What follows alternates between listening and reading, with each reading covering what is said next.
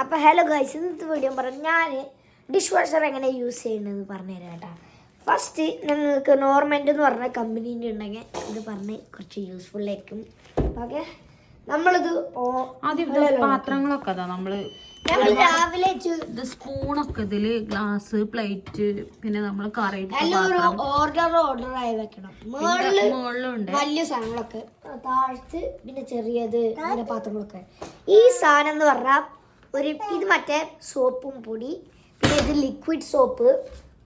അത് രണ്ടും നമ്മൾ ഇങ്ങനൊരു ഇങ്ങനൊരു കണ്ടെയ്നർ ഉണ്ട്. ഇപ്പം ഞങ്ങൾ ഇതിനുള്ളിൽ ഇട്ടിക്കിന് ഈ വീഡിയോക്ക് വേണ്ടി എടുത്തതാണ്.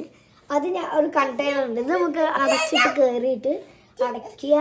പിന്നെ നമ്മളിത് ഇങ്ങനെ വെക്കുക. എന്നിട്ട് ഓൺ ബട്ടൺ പ്രസ് ചെയ്താൽ മതി, ഹോൾഡ് ചെയ്യണ്ട. 3 മണിക്കൂറാണ് ഞങ്ങൾ എപ്പോഴും ചെയ്യല്. ഹാഫ്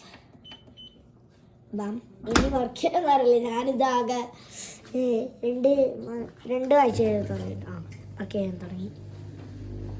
വെള്ളം വരുന്നുണ്ട്. വെള്ളം ഈ ടാങ്കിന്റെ താഴത്ത് ഓഫ് ചെയ്യും. പക്ഷെ നമ്മൾ നാളെ രാവിലെ കാണിച്ചു ബാക്കി. Welcome back. ഇനി നമ്മൾ ഡിഷ് വാഷർ തുറക്കാൻ പോവാണ്. ഇക്കുറൊക്കെ ഓൾറെഡി റെഡിയാണ്. ഇനി നമ്മൾ ഇന്നലെ പാത്രങ്ങൾ വെച്ചിരുന്നില്ലേ കഴുകാനുള്ള, അപ്പൊ ഇന്ന് രാവിലെ ഇത് കാണിച്ചേ. തുറക്ക്. 3, 2, 1.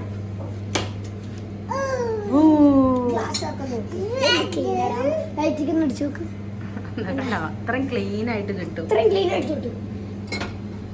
ഡ്രൈ ആവട്ടെ പാത്രങ്ങളൊക്കെ. ഇത് നല്ല സ്മെല്ലും ഉണ്ട്. അല്ല നമ്മളെ എന്ത് മീൻ കറി ആണെങ്കിലും ചിക്കൻ കറി ആണെങ്കിലും അതിന്റെ ഒക്കെ സ്മെല്ല് പോകും.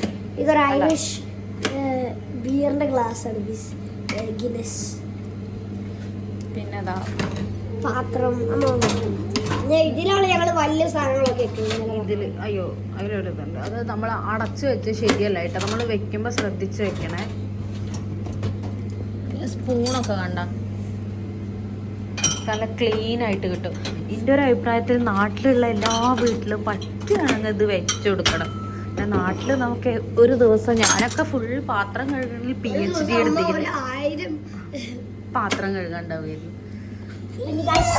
അപ്പോൾ നാട്ടിലുള്ള എല്ലാ വീട്ടിലത് വെക്കുക. നമ്മളെ മഹാത്മാഗാന്ധിജിയോട് പറയും ഇതൊക്കെ മേടിക്കാത്ത. ബൈ.